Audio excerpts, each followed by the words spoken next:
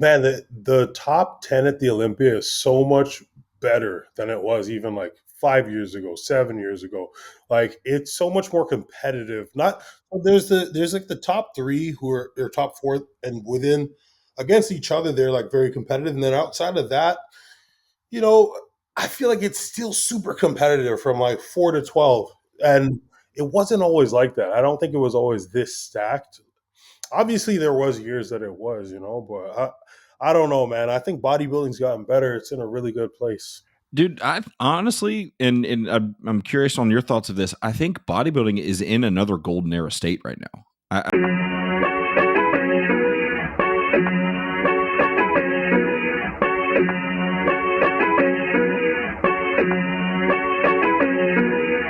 You thought I was bluffing, where you at?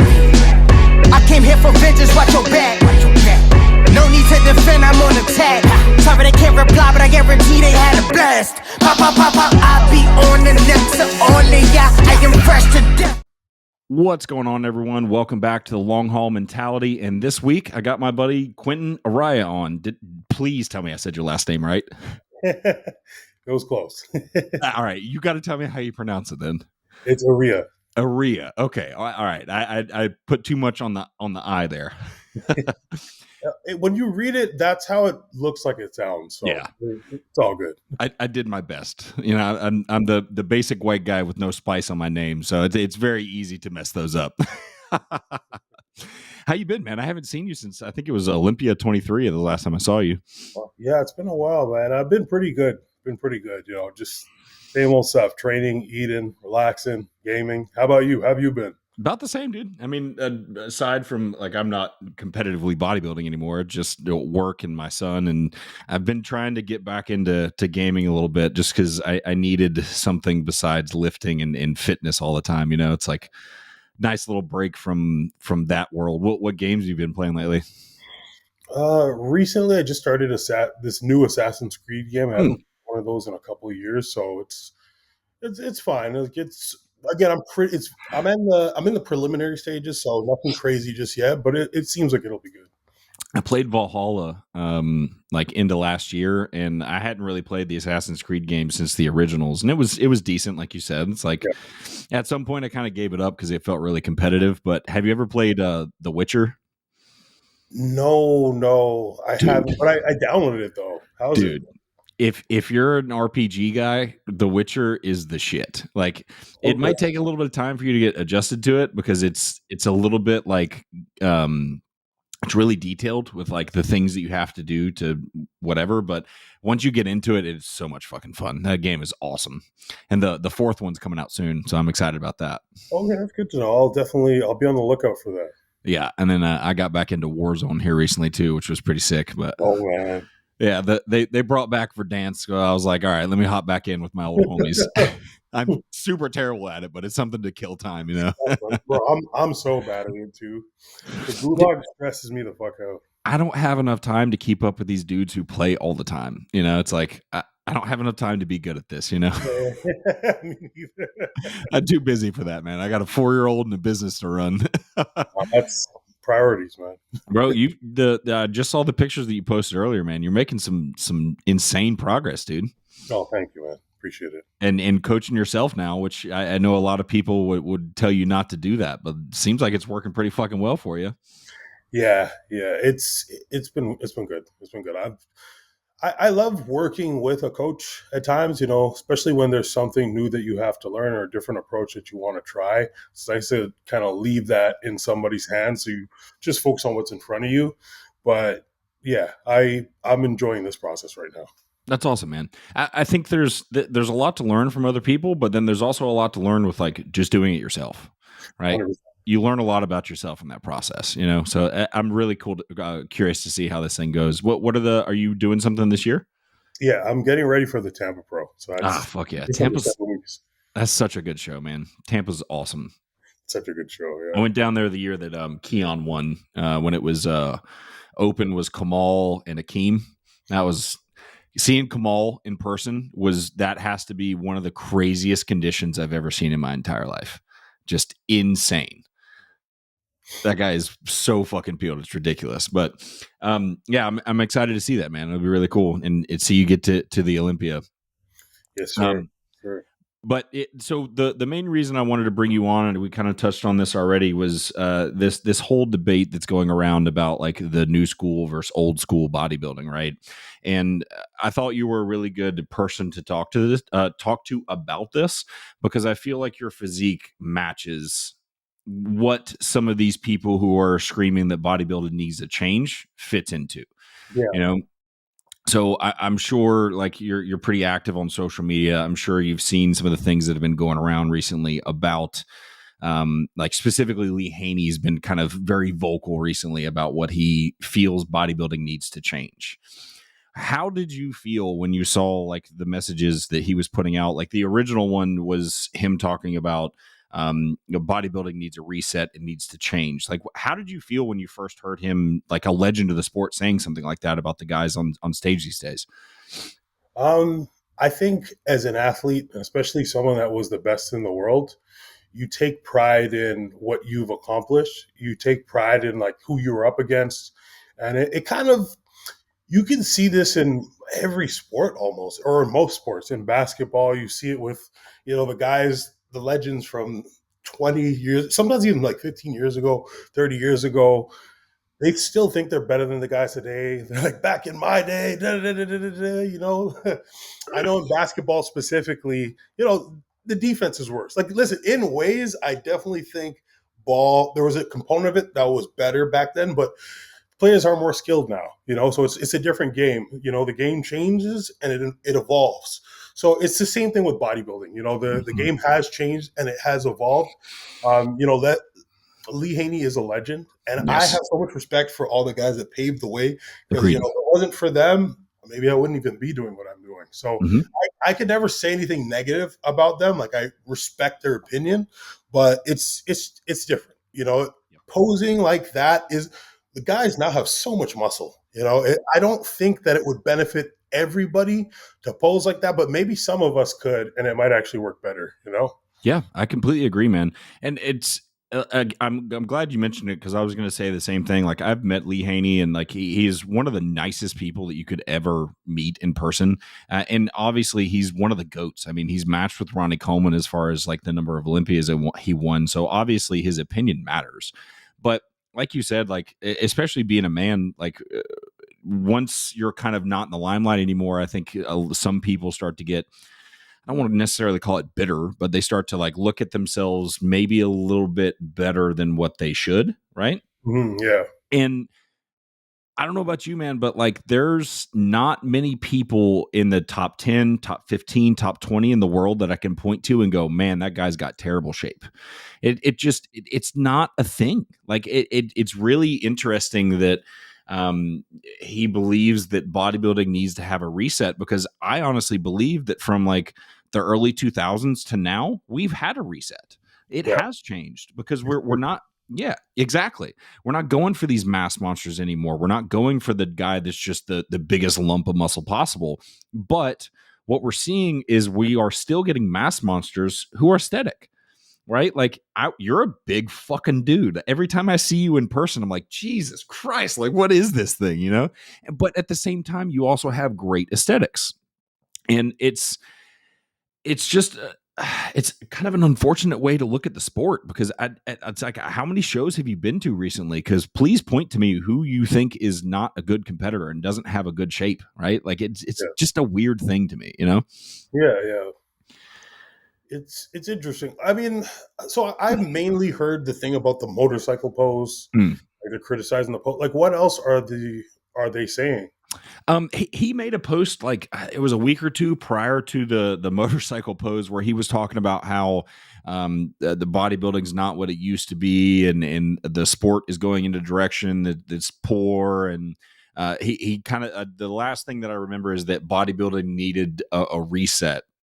And from the context that I took from it, he meant along the lines of like, we don't need to worry about like mass monsters. We need to worry about bringing a beautiful physique, that kind of thing, which, look, I agree. I think aesthetics are very, very important. It's one of the main things that we look at when we're critiquing a physique is like, how does the physique flow?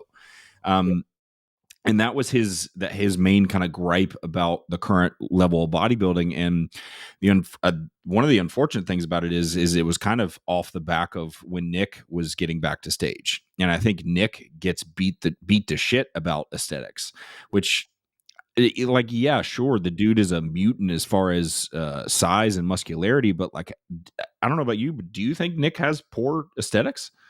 Dude, I love Nick's look. I agree. Like, it's funny. Like, I guess like people are gonna have their opinions, but he flows really well. He flows like exceptionally well. Like, of course, like I wouldn't consider him to be like one of the more aesthetic bodybuilders, but with what he has, with how he presents everything, and with how complete everything is, with the conditioning that he brings, like that's a good physique, man. It's a great physique. Yeah, so I don't know, it's interesting to hear people kind of have these opinions based off of maybe just based off of somebody's structure, right? Which with the structure he has, he's done things that most people can't, so I don't know. I don't really understand where the criticisms are coming from. I don't either, man, because I agree. Like, I don't think, when I think of Nick Walker, I don't think aesthetic, but that doesn't mean that he's not aesthetic. That doesn't mean that he looks like garbage. It's like we've all seen bodybuilders who look like they're just multiple different people amalgamated together, right? And there's not a flow to it. It's like they have certain body parts that are really good, and then others that are terrible. They might have a big waist, and it's like, okay, well, that guy doesn't really fit a good bodybuilding criteria. But I don't see anyone who is winning shows and going to the Olympia that fits that category of being a nasty looking physique. You know what I'm saying? Like, I can't think of one. Man, the thing about Nick too is like he flows better than a lot of guys. So it's like, I'm not gonna name the people because obviously I'm not trying to try and put anybody down to make a point. But they're good bodybuilders too. Some of them are freaky. Some of them look crazy, right? But it's just, I don't know. I don't think this is the hill that they should die on. I completely agree. And like, it's not to say that we discount these opinions that these guys have, because they're a legend of the sport. They've been doing it for longer than I've been alive, right? And that there's weight to that. And it certainly could be a thing of like, all right, well, if Lee thinks this, maybe we need to adjust some stuff. But to say that the sport in general needs a reset is a hard push for me. It's a little bit of a stretch. It doesn't make sense. I mean, man, the top 10 at the Olympia is so much better than it was even like 5 years ago, 7 years ago. Like, it's so much more competitive. There's like the top 3 who are top 4, and within against each other, they're like very competitive. And then outside of that, I feel like it's still super competitive from like 4 to 12. And it wasn't always like that. I don't think it was always this stacked. Obviously, there was years that it was, but I don't know, man. I think bodybuilding's gotten better. It's in a really good place. Dude, I honestly, and I'm curious on your thoughts of this. I think bodybuilding is in another golden era state right now. I really, really do. Like, would you agree with that? Or I think this is definitely like, so I agree. I agree because there's been so many phases where, or reigns, right? Where this guy's champ, this guy's winning. For 8 years, it's him. For 4 years, it's him. For 6 years, it's him. This has been the most competitive. This has been the most competitive it's ever been. Like, you don't know who's gonna win. Like, I would probably favor one guy, but it's like, then Nick shows up to the fucking Pittsburgh looking like that. It's like, okay, well, I don't know who's gonna win anymore. Yeah. So it's.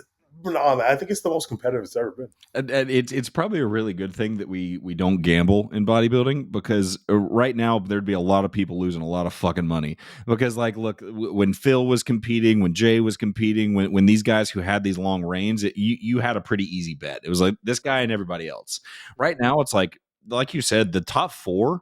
The top 5 even could change dramatically. Like, you could have somebody who, like, their girlfriend breaks up with them the day before, and they come in super off the day of the show, and now they've lost their Olympia, right? So it's like, man, it could go a million different ways if that person isn't exactly right at the exact right time on the exact day. And to me, and one of my other friends that I did a podcast with asked me this question, so I'm curious on your thoughts. What do you find to be more exciting? The guy who's coming in that like, all right, it's that guy and then everybody else? Or is it exciting to see like it kind of change up and not know who's going to win? It's way more exciting when you don't know. Like for myself, even with basketball, right? Because basketball was like my number one sport outside of bodybuilding before. Now it's boxing, but anyways, let's get back to it. So, bro, when Kevin Durant was on the Golden State Warriors, I'm like, the team was already one of the best teams in NBA history. Now they have Kevin Durant. I didn't watch the finals. I couldn't watch them. Like I have no interest. Like I know who's gonna win. Like if I know who's gonna win, if it's just not gonna be competitive, what the fuck am I watching for? You know what I'm Agreed. saying? So the way that it is right now, it's definitely better for fans. It's so cool to see, man. Like, and it's got to be exciting as a competitor too at that level of like, dude, anything can happen. Literally anything can happen. And like when I really started to get into bodybuilding, Phil was on his reign. Like he had started to dominate. I think when I really started to follow it super close, I think he was on his third Olympia or something like that. And it was like, it was exciting to watch because you just wanted to see how insane Phil was going to look. Yeah, But other than that, it was like, all right, well, we know who's going to win. So how does everybody else look, right? Who's going to play second and so on. But right now it's like, dude, I love Samson's physique. I love Derek's physique. Hottie looks fucking awesome. Nick looks fucking awesome. Martin got fourth last year and looks insane. Like there's so many people that like, again, like I said, somebody slips up and they could take that spot. They could move up. They could go to Mr. Olympia, Yeah. And that shit's super fucking cool to me.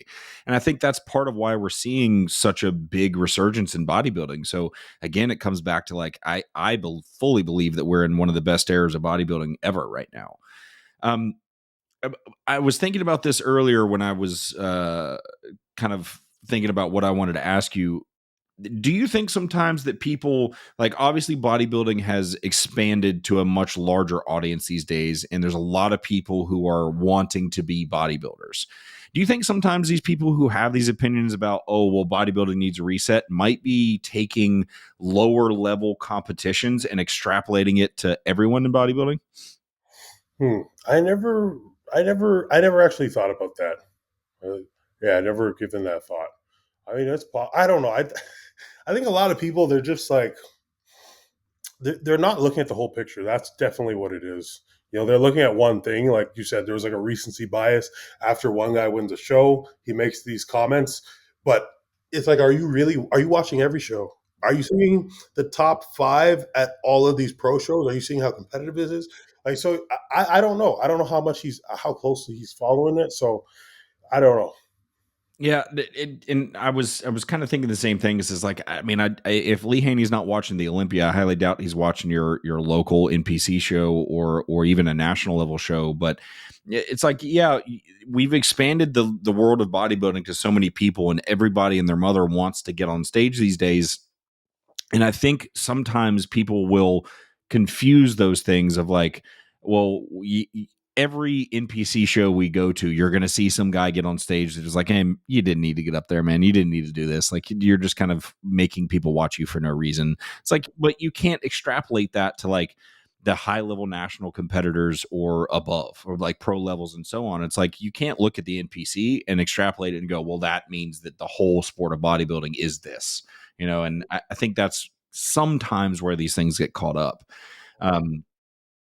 Now, and you brought up the motorcycle pose. What are your thoughts on that whole thing of like, should it go back to like a more relaxed pose, or what do you think about the current posing? I mean, very, very simply, we go based off of what the IFBB wants. If they like this posing, and also with the amount of muscle that bodybuilders today have, it's different. The way they posed and flexed certain things, like I don't even think they were fully flexing their glutes at that time. Like it was a much different game. We can't go back to posing how they posed there. And also, maybe for somebody like me with my physique, I might look good like that, but not everybody will. So now guys are going to like sacrifice like they're going to start showing their weaknesses just to appease, you know, legendary bodybuilders. Like it doesn't really make sense to me. Like I don't think it's just one of those things that they see and they kind of react to, but I don't know. It doesn't seem like there's a lot of depth on that whole topic. Like I Yeah. think let these guys, let people pose however they want to, and listen, if the judges like that posing, if that's cool, if the judges are cool with it, then it is what it is. Yeah, I mean, the judges are ultimately the people who are going to decide what we're doing on stage, and what they're looking for. And like, sure, do I think we need to pose like this? Definitely not. But nobody's going to look good like this. Like I've never seen anyone pose this way that looks awesome, right? And it's like I work with people who have either never competed before or have never like had somebody work with them on their posing, and like half the time they'll do this just because they're trying to get their lats to pop out. Yeah. And all it is a matter of teaching that person how to open things up without having to move their arms so wide. It's like nobody looks good like this at all, but like just because my arms are a little bit higher and I'm not just like this all the time is like we're grasping at hairs here. Like this is ridiculous. Yeah. Yeah. I mean, the game's changed, you know, the Yep. game's changed. The physiques have changed and the posing has changed a little bit too. And like the positioning of the legs, like, man, legs are way bigger than what they used to be. You know, Yeah. like so you're just gonna hide your adductors. Like imagine if you don't have a quad dominant physique and you have like massive adductors, you're just gonna hide your adductors and stand straight. Like it's laughable. Yeah, it doesn't make a lot of sense. And to be fair, like in the 90s and probably even the 2000s, like I don't think I've ever seen a video of Jay Cutler doing adductors, right? I've definitely never seen any videos of the 90s guys doing adductor machines. And it's like you said, the sport has just changed. And if you go on stage with no adductors now, like you're screwed.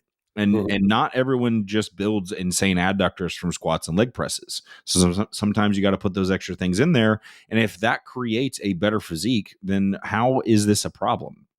Like I've never seen somebody that has adductors so ridiculously big that it makes them look bad on stage.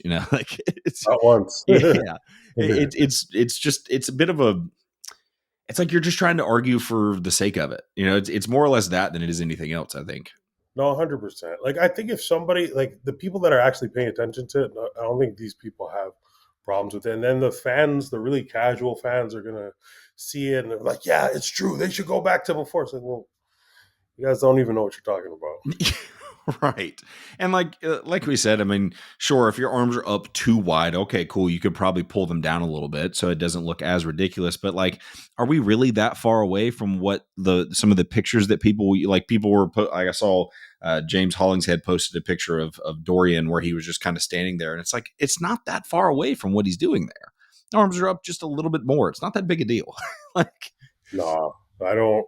I don't think it's a big deal at all. like we're getting irritated about things that don't matter at all. Yeah, Like like but that's just the thing, right? Like with people that were super competitive and competed at a very high level in many sports, they're always going to think that their time, their era was better. That's just how it is. So I understand it and I respect the opinion. You know, just like a little way to be like, we were better. And if that's what they think, then that's fine. But yeah. you know, things have changed. Yeah. Oh, I completely agree. And like, even from the aspect of like, was it better then or is it better now? It's like, well, if we're looking at pictures from the 90s, first off, we can find a picture of every bodybuilder that has ever gotten on stage that wasn't their best, right? Like, there's not a single bodybuilder on the planet that has hit it every single time perfectly. So Mm-hmm. that's the first thing. And second, the cameras are different, right? Like, those old school cameras, they kind of made people look a lot harder than they really were, and we're now having these like 4K, 5K, 8K quality videos and pictures coming out, and it definitely looks a lot different, but that doesn't mean that the physiques are worse. Yeah. If anything, the bodybuilders are far bigger than they were back then, and the condition has gone from like really good to holy shit, what is that? And I think that's a natural progression. Like we see it across every single category of like, well, this person shows up and gets rewarded, so that means now we've got to push to the next level, and that's just kind of how things progress. Yep. I mean, shoot, it's happened in bikini, and they created the fit model category. That one's progressed so much. It's just that's the sport just grows. It just Right. comes nature of the beast. Yeah, 100%. And again, like we said, it's like we don't have anything bad to say about the individual, but sometimes it's like you're probably better off keeping an opinion to yourself if it's something like that. Like if you're not uplifting the guys who are getting on stage, it's like just have it in a private conversation with your friends from back in the day. Like just keep it to yourself. Don't post it online. Um, um, as far as the state of bodybuilding currently, where do you see things going? Like where do you see like the next evolution of bodybuilding? Like what do you think is kind of where things are going with the sport? That I'm not too sure. I think it just depends on like who. That depends on who's on top and who can like stay on top for the next couple of years, I'd say. Do But like right now, there's so many different types of physiques that are close, so it's hard for me to to even like estimate where that's going to end up. Well, maybe let me ask in a different way. Do you think we've reached kind of like a cap as far as how muscular people can be or how conditioned people can be? I mean, it feels like it, but I'm sure it felt like it in the '90s too, right? This is true. This is But true. as time goes on, people are going to find ways. So I'm sure that someone's going to break that barrier in a couple, who knows, like 10 years. People are going to get even freakier. Yeah, it will be crazy, but it's like, how big can these guys get? Like, can we get a guy that's like 330 on stage peeled? Like, Yeah, you can. You can. I just think structurally, for them to be that, they're probably not going to look that good. Yeah, that's true. That's very true. I mean, there's anomalies like Big Ramy, who's well into the 300s on stage, but there's a lot of like really big guys that are really heavy, but like their structure is just so big. So when they're competing at that 300, they still don't have enough muscle to compete against guys that are a lot smaller. It's such an insane thing to think that a guy that's like 300 or even close to 300 isn't big enough. Oh yeah.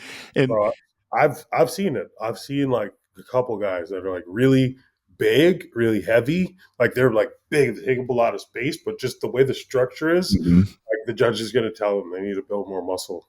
I mean, perfect example is Jamie Johal, right? And Yeah. And he stopped competing because of it, and like the dude was what, 6'4", 6'5", like that's a tall guy for bodybuilding, like and you're what, 6 foot, 6'1"? Yeah, like just over 6'1". Yeah, because like I'm around 6 foot in that ballpark, and I look up a little bit to you, so it's like that's a big fucking guy, and it's just insane to think that somebody could be that big and still needs more muscle. I think one of the next like frontiers, if you could call it, of seeing an evolution in bodybuilding is this peptide world. Like we're seeing a lot of different peptides coming into the sport, and there's a lot of new things that are coming out, new research and all this different type of stuff. So I'd be really curious to see like so far no one has been able to make a myostatin inhibitor that's actually good, but if that can ever come to fruition and be something that is a real thing that actually works well, like I think that's when we'll end up seeing some guys that are just like stupid big. Like a bunch of Rubiels. Yeah, that'd be interesting. Do you know how much he weighs? I have no idea, man. Yeah, I don't either. But that's one of those guys that's like he looks like he's over 300 pounds. Yeah. He's fucking massive. But him, Hassan, those are the only two I could think of off the top right now that are active. Yeah, just got that that deficiency that it's just ridiculous. Bro, Hassan, he always looks like big. He goes to my gym, and he started his prep maybe a couple weeks, maybe a few months ago, and like he's always big. He's always like impressively jacked. And out of nowhere, he looked like he like put on like 20 pounds of muscle. I saw him in the gym, like, damn, bro. Damn. Like, it's pretty crazy. Did you eat a small child last week? What happened, man? Yeah.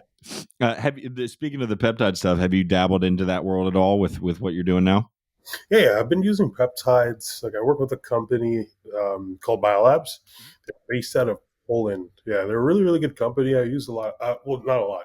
I use BPC 157, TV 500 for the most part. I've used methylene blue. Um, I use a couple other things. I haven't you've tried the have you tried the Retta 2 tried? Is that what it's called? I have not tried it personally. It's going to be something that I'm going to do in the near-ish future. I'm just trying to deal with some lab work stuff that I got to fix first before I go into I want to do a hard cut and kind of record a series on it. But it's cool to see like you saying that you've dabbled in a few of them, and then like Nick came out, and Nick's actually we've talked quite a bit here recently about peptides, and he ordered from the peptide company that I work with, and he came out and said that he used retatrutide going into his last prep, and it's so funny how like one guy says that he's used it, and now I guarantee there's a line out the door trying to order retatrutide right now. Yeah, no, it's like everything I've heard has been good. Like I would use it right now. Everything's like moving pretty well. I'm not having any issues, so I'm not just going to use it to use it. But Right. who knows? Maybe one day it'll come in handy. Yeah, I think one of the biggest places that will be very beneficial for bodybuilding in the peptide world is like obviously when it comes to fat burning. Typically, our go to things are things like Clin, Yohimbine, T3, those sorts of things. So if we can use and leverage some of these peptides that don't have as negative side effects to clenbuterol and those kinds of things, I think that's a huge win for us because like those stimulants are super harsh on the system, right? Like my last prep, I couldn't even use 20 micrograms of Clint because it would mess my sleep. I would take it at 4 or 5 o'clock in the morning. I would still be jittery by 10 p.m. and not be able to fall asleep. Oh my gosh. So it's like if we can leverage retatrutide or 5-amino or SLU or any of those other things and not have to use as many stimulants to get somebody in shape, I think that's a massive, massive win. And I unfortunately had a friend who competed last year as a master's competitor, and the coach that he was working with had him taking at certain points 200 micrograms of Clin, and then he ended up almost having congestive heart failure because of the clenbuterol. And when it comes to everyone talking about like bodybuilders dropping dead and this, that, and the other, it's not like you're going to take a shot of testosterone and you're going to die tomorrow. But things like Clin, 100%, you take too much of it, you can fuck yourself up really bad, And I think if that's an opportunity for us to leverage something that's not going to be as detrimental to the bodybuilders, I think we can see some good benefits from that, Yeah, no, for sure. The only worry, I guess, is that there's not as much research on this stuff for as long. Like a lot of it hasn't been around that long, right? So my only pushback about that would be there's not studies on tren and there's not studies on equipoise, right? Neither one of those are studied other than our own personal studies, right? Like obviously we're doing the studies right now. Right. Yeah, exactly. Every bodybuilder is their own science lab, their science experiment, So like I hear that argument and I understand that argument, and I definitely think that it's something that we need to be paying attention to, because just because we haven't seen side effects from these things yet doesn't mean they don't exist. It doesn't mean it's not doing something. But that being said, like I'm game for it. I just don't put clients on stuff if I don't have enough information. But for myself, we'll push it. Test it and try. And that's exactly what I did when I started getting into the peptide world, is that I tested it on myself first, saw great results, and was like, all right, well, let me try with this person. Let me try with this person. And one of the biggest things that like really blew me away about retatrutide was I had a client, a master's guy, who we got labs. His A1C was off. His cholesterol was off. We had a bunch of problems going on. We introduced retatrutide, and in 6 weeks, his cholesterol dropped by 30 points. His HDL increased by almost 20, and his A1C went from 6 to 5.4 in a 6-week time period, which is on those markers. Those don't change that fast, and that's massive. Yeah, holy smokes. Yeah, and that's to me like what some of the worst things that we see as far as like long-term side effects is skewing of cholesterol, and then like especially when we look at how much food that somebody like yourself has to eat, you can end up with like diabetes, just because we're eating so much. It's like, if we can avoid those things by leveraging compounds like this, I think it's a really great thing. And excuse me, me and Nick were having this conversation just the other week, and you'll see people talking about things like Ozempic and stuff, where there have been some reports of like thyroid cancer that are coming around from these things. But the conversation that he and I had is, how many of those people who ended up with that bad side effect were as diligent with everything else in their life as a bodybuilder is, right? Like, how many of them can say that they're on top of their blood work, on top of their diet, doing their cardio, training on a regular basis? Or are they just outsourcing discipline to a bottle, and they're having to take more and more and more of this compound, and they're basically addicted to it because they don't know how to be disciplined without it? Yeah. That's the point. Yeah. That's definitely the biggest thing there. And it's not like we come in here and we go guns blazing and try to take the highest dose we possibly can. It's like, well, let's, just like everything else, let's start as low as we can, see what kind of response we get. And then if we need to go up, we will go up. It's like, too many people are trying to race to the bottom of the bottle, Yeah, no, your average person is just, they don't have the lifestyle, they don't have the lifestyle. They're not eating properly. Most of the time they're not. So they're just, using this, kind of hoping that it's going to take care of all that weight. Yep. So yeah, that's a good point. I mean, yeah, I try and leverage things just to see if I can help, if there's going to be any sort of added benefit to what I'm doing. And yeah, I try not to push anything too hard, but yeah, at times you have to. Yeah. I mean, if there's a time and a place to push, right? I made a post about this the other day of like, bodybuilding is not a suffering contest, right? It's not who can suffer more and then you win. It's about suffering correctly, right? Because you're never going to go through a prep and not have time periods of suffering. But if all you do from 16 weeks out to the day of the show is beat the living shit out of yourself, you're going to have a bad time.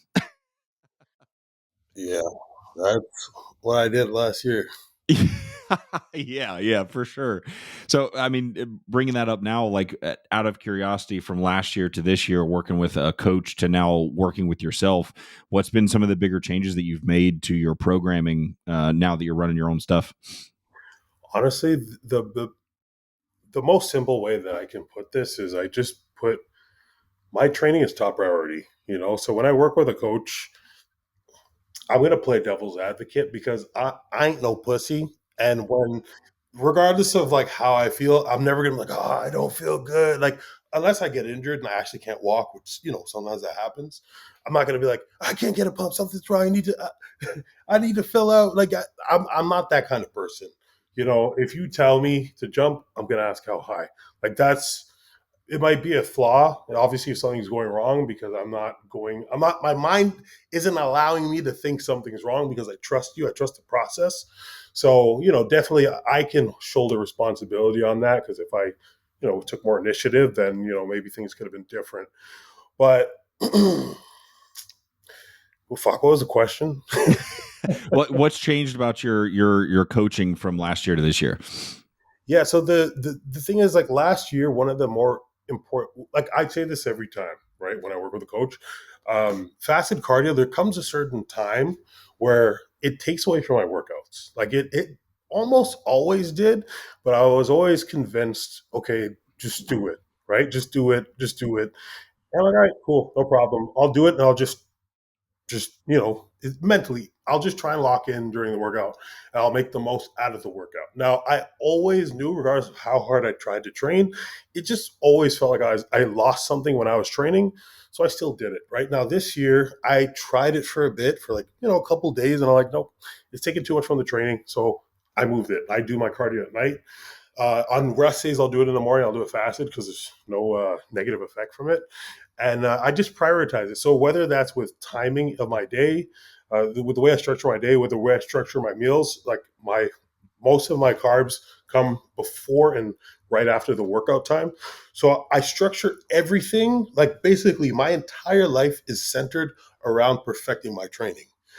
That's it, because if once that falls off and you're losing weight, you're more likely to go catabolic. If you aren't able to maintain the same numbers that you were maintaining a couple of weeks ago, you're losing muscle. Yeah, you're getting leaner, but if you're not hitting those same numbers, you're losing muscle. So I don't track progress the way that I used to, because I was tracking it last year, believe it or not, but it's just with how hard we were pushing, we were doing almost like 2 hours of cardio. Like there wasn't much that like it was a it was like a battle of how hard I could suffer. But this year it's just, obviously there's moments that aren't great, and there's certain days like I'll push it sometimes for 2 weeks. I'll push the low days for a couple weeks, sometimes for 3-4 days, just depending on certain factors um, that'll dictate like when I'll throw in another high day. But the biggest difference is just prioritizing the training.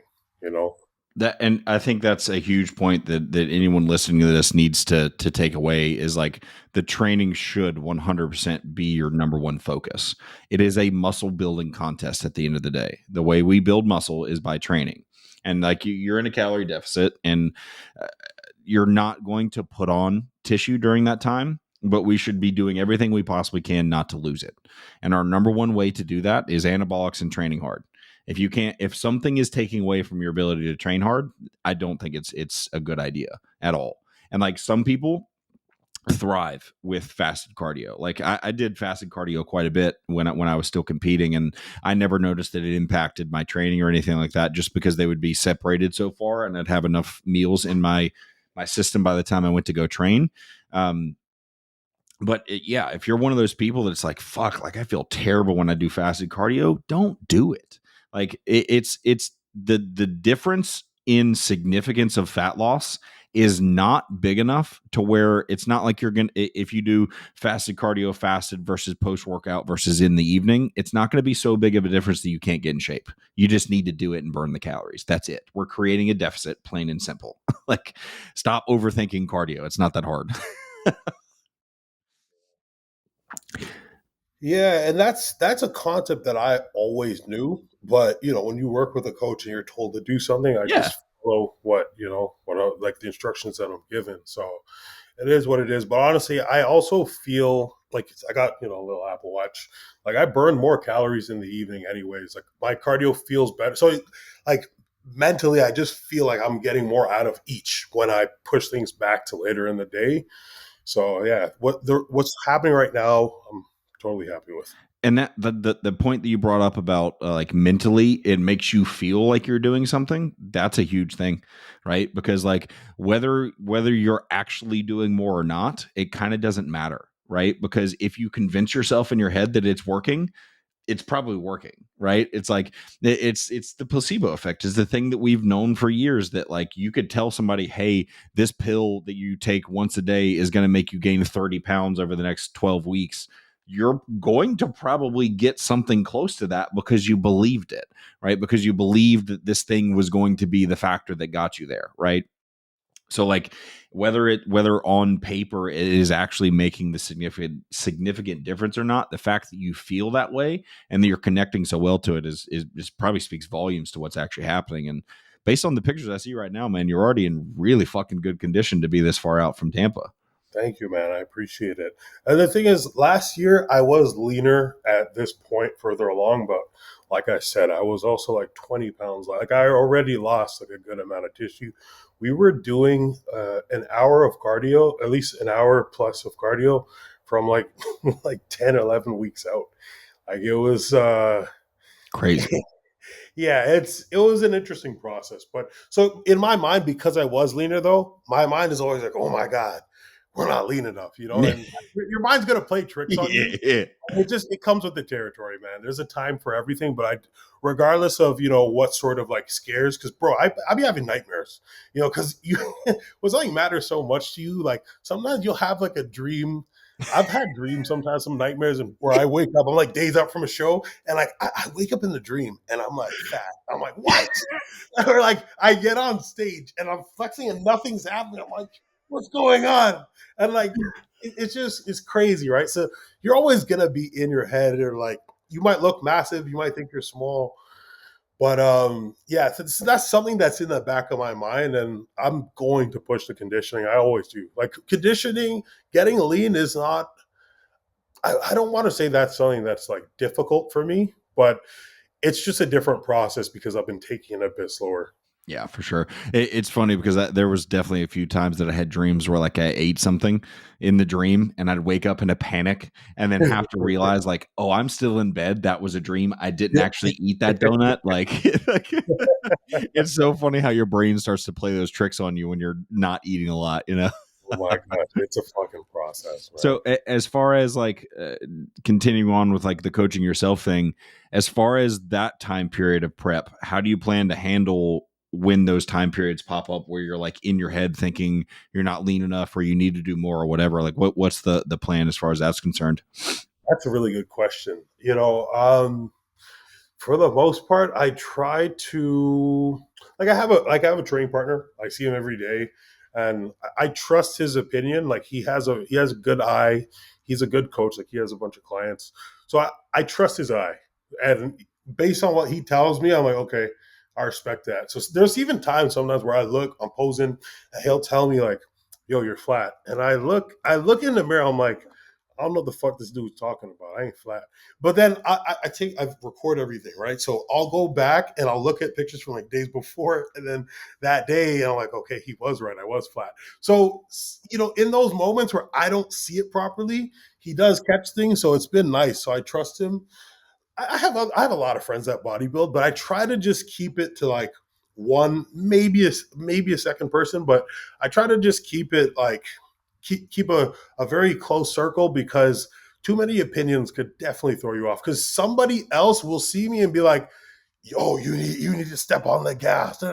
Like you just never know what you're gonna get, and like you don't want to hear something that's gonna throw you off and make you change things when what you're doing is working. So yeah, I trust my training partner's opinion, but yeah, this next couple weeks, I'm still not gonna push it that hard yet because we're still seeing the fat loss at a pretty good rate. But yeah, it's going to be a really, really good couple of weeks. Yeah, I'm excited to see it, man. And again, that's you keep bringing up awesome points to this. And like for anyone out there who is like, if you're working with a coach or you're coaching yourself or whatever, don't ask everyone. Don't ask everyone their opinion. You're going to make it worse. You need to have like one, maybe two people, like Quint said, that you trust, that you know they have a good eye, that know your body, that can help you when you start to get to those points of like, well, do I need to push more or do I need to pull back?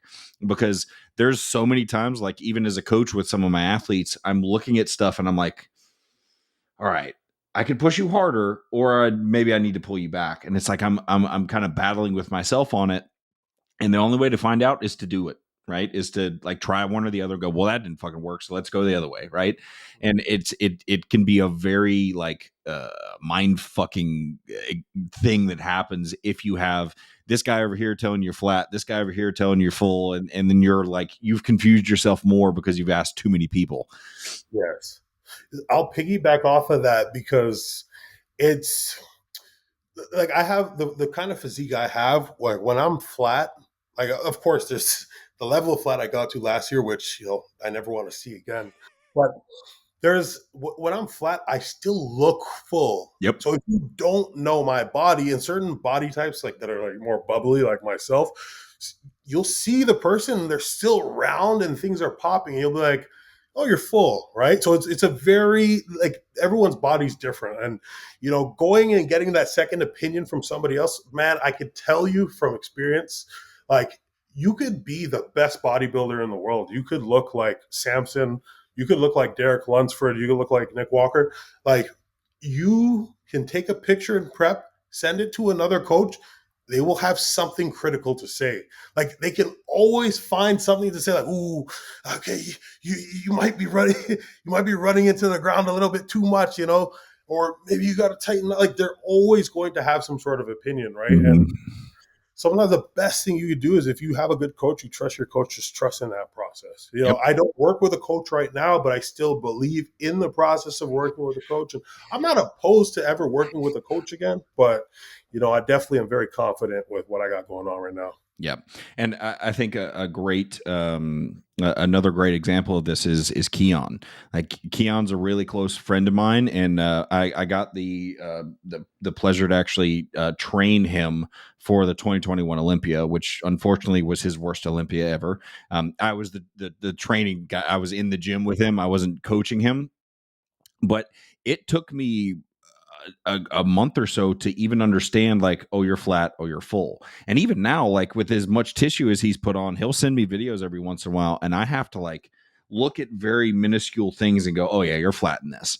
And like it's hilarious because like a lot of time, not a lot of times, but sometimes like he'll send me a video before he posts it online, and I'll look at it and I'll go, oh, cool. I know you're flat, but that's where you need to be right now. And then he'll post it online, and people are like, wow, he looks so full. He's insane. This, that, and the other thing. You guys don't know what you're talking about. And the craziest thing of that is when you see those flat pictures and you go, wow, he looks crazy full. And then you actually see him full. And then you're like, oh, okay, this is a different fucking thing, And like you said, like there's certain physiques that just kind of do that. And with you being a guy that's like really, really big, you're a really tall guy, you have a very wide frame, you have a lot of weight on your body, there's a much different response to that, right?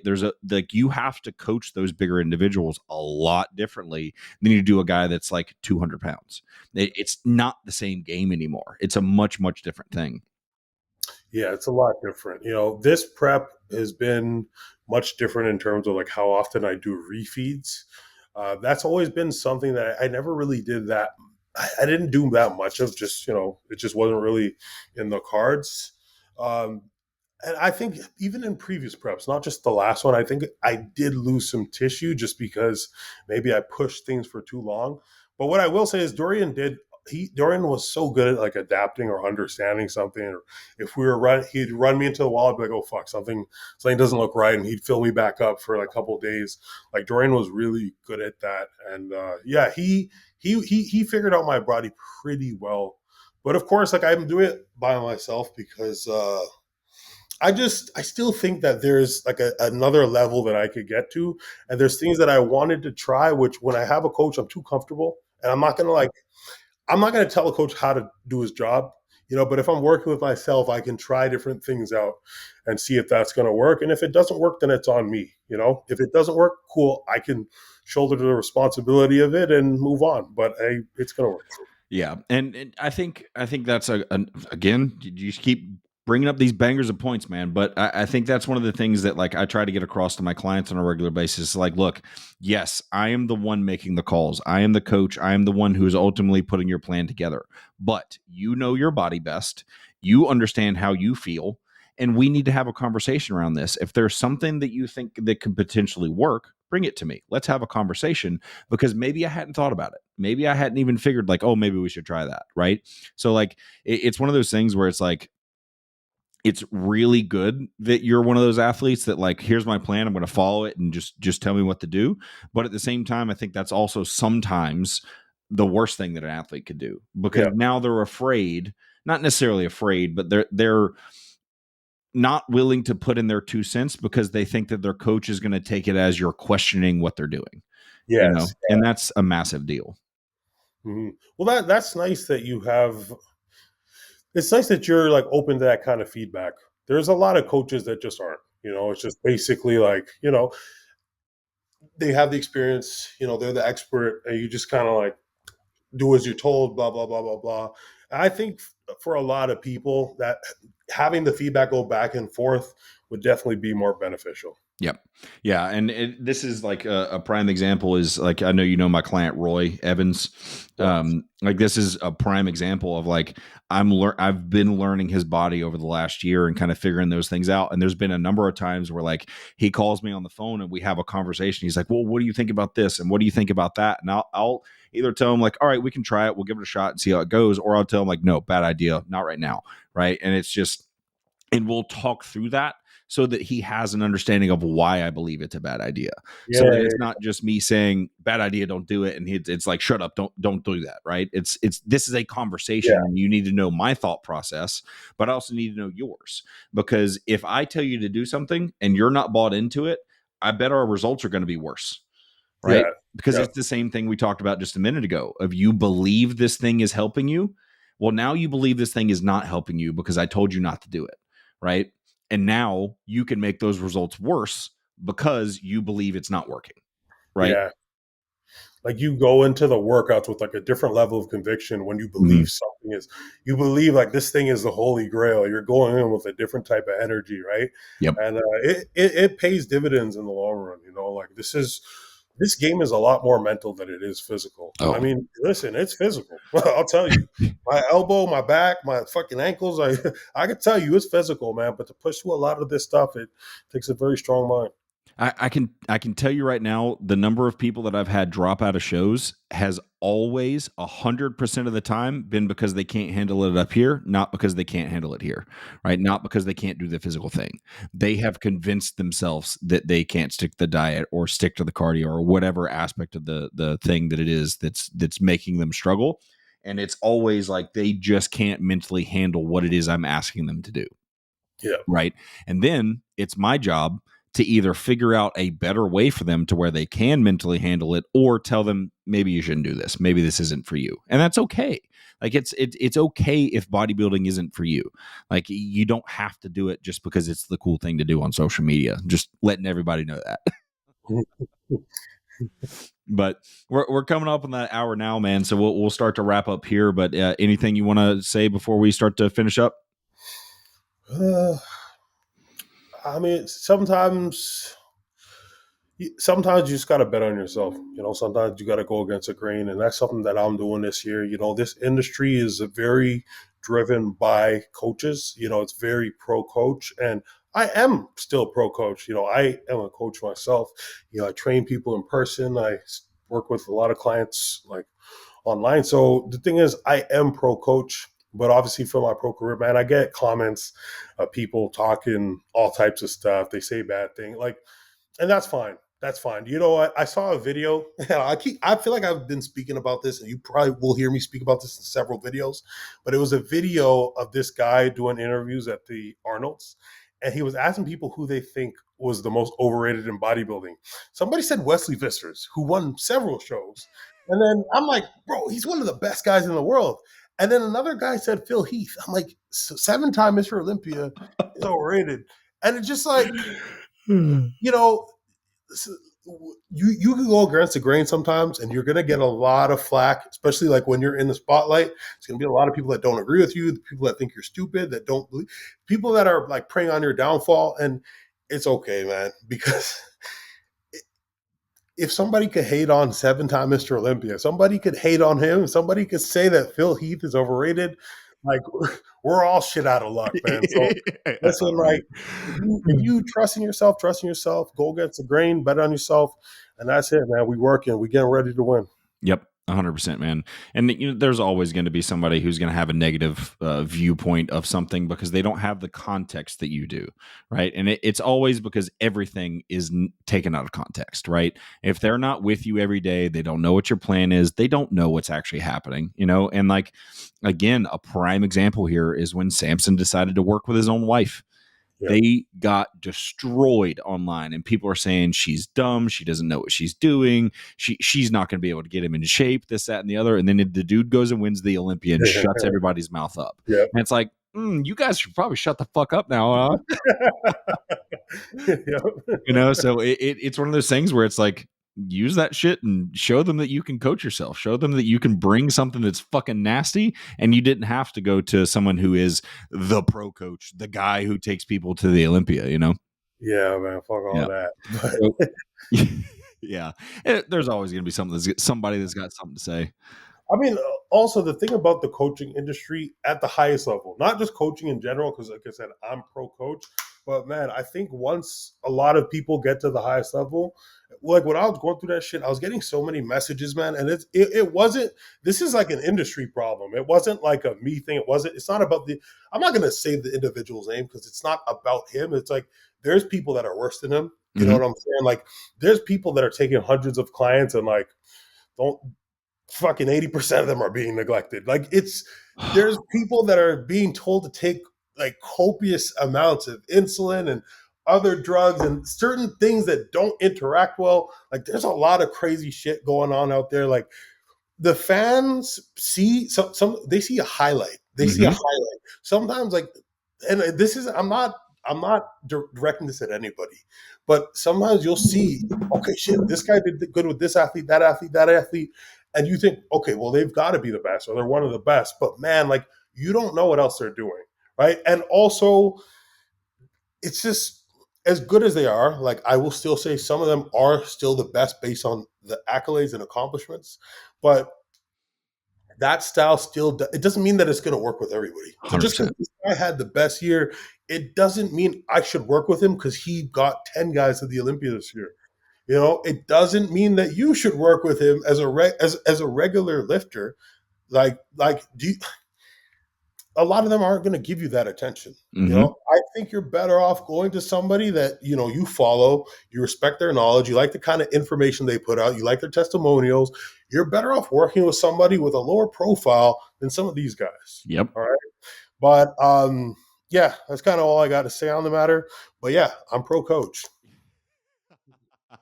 Yeah, you're completely right. It's like once, and I feel like this probably happens in not just our industry, but in the industry, is like once you have a certain level of accolades under your belt, you not again, neither one of us are pointing our finger at anyone here.